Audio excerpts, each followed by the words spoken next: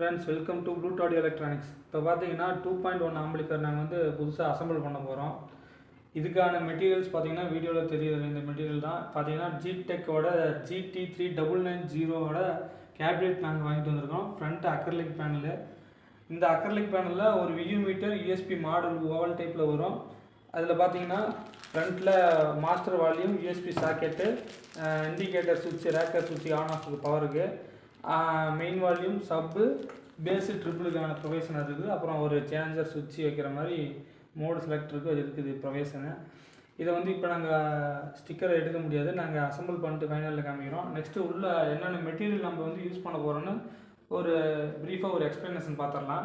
Transformer பார்த்தீங்கன்னா நல்லா ஹெவியான காப்பர் டிரான்ஸ்ஃபார்மர், 8 ஆம்பியர் கொண்டது, 24/024.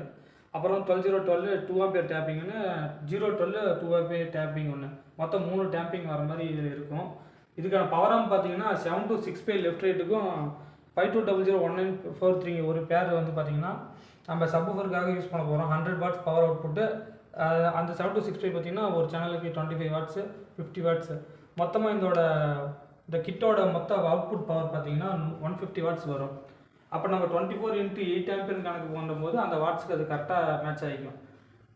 அண்ட் தென் பார்த்தீங்கன்னா ப்ரீ செக்ஷனுக்கு வந்து பார்த்தீங்கன்னா வசந்தோட கிராண்ட் சப்பு ஃபில்டருக்காக யூஸ் பண்ணுறோம். அதாவது கிறிஸ்டல் வந்து பார்த்தீங்கன்னா பேஸ்டபுளுக்காக நம்ம ப்ரீ போர்டாக யூஸ் பண்ண போகிறோம். அப்புறம் பார்த்தீங்கன்னா இதில் பிசிபி வைஸ் பார்க்கும்போது 10,000 MFD 50 வோல்ட் கெப்பாசிட்டர் சான்வால 2 யூஸ் பண்ணியிருக்கோம். பவர் சப்ளை பிசிபி, அதுக்கான மெட்டல் டயோட் 3NIX பிராண்டில் 35110ங்கிறது. அண்ட் தென் பார்த்தீங்கன்னா அதுக்கான 2 மீட்டர் ரிப்பன் ஒயர் வாங்கியிருக்கோம். அப்புறம் பார்த்தீங்கன்னாக்கா வேறு என்ன ஸ்பேர்னா 0.5 ஸ்கொயர் மாமில் மல்டி கலர் ஒயரு வாங்கியிருக்கோம் ஒரு பேக்கெட்டு. இந்த ஆம்பிளிஃபையருக்கு இந்த ஒயரே போதும். அப்புறம் இதில் வந்து இன்னும் பார்த்தீங்கன்னா ரிலே வந்து டாட் பிசிபியில் போட்டு சுவிட்சிங் கண்ட்ரோல்லாம் ரிலேவில் கொடுத்து அந்த ஆக்ஸு யூஎஸ்பி மாடலுக்கான அவுட்புட் சிக்னலை வந்து ரிலேவில் மூலமாக நாங்கள் வந்து செலக்ட் பண்ணிக்கிற மாதிரி செலக்டர் ரெடி பண்ண போகிறோம்.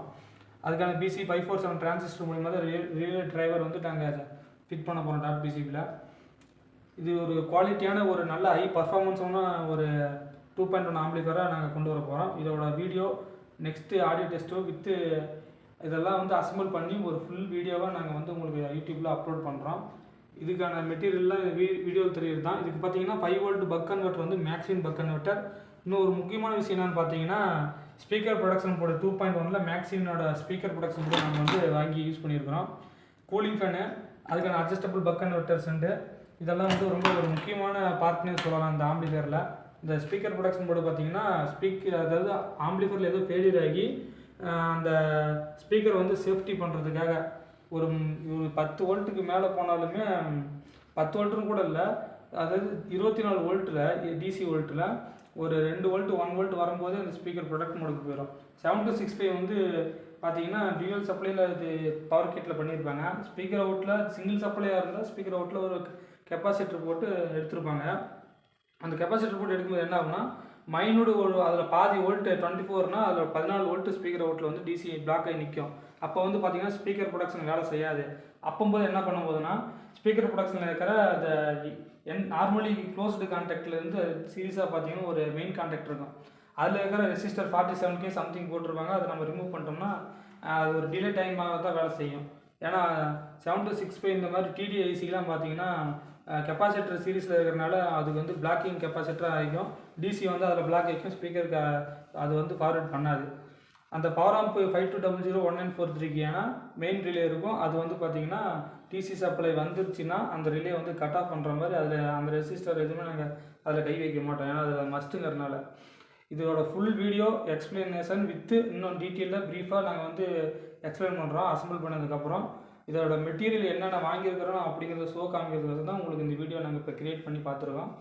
நெக்ஸ்ட் இதில் இருக்கிற டவுட்னா எங்களுக்கு கமெண்ட் பண்ணுங்கள். மெட்டீரியல் ஏதாச்சும் டவுட் இருந்ததுன்னா அதுக்கப்புறம் நாங்கள் ஆடியோ டெஸ்ட்டு போடுறோம். Thank you friends.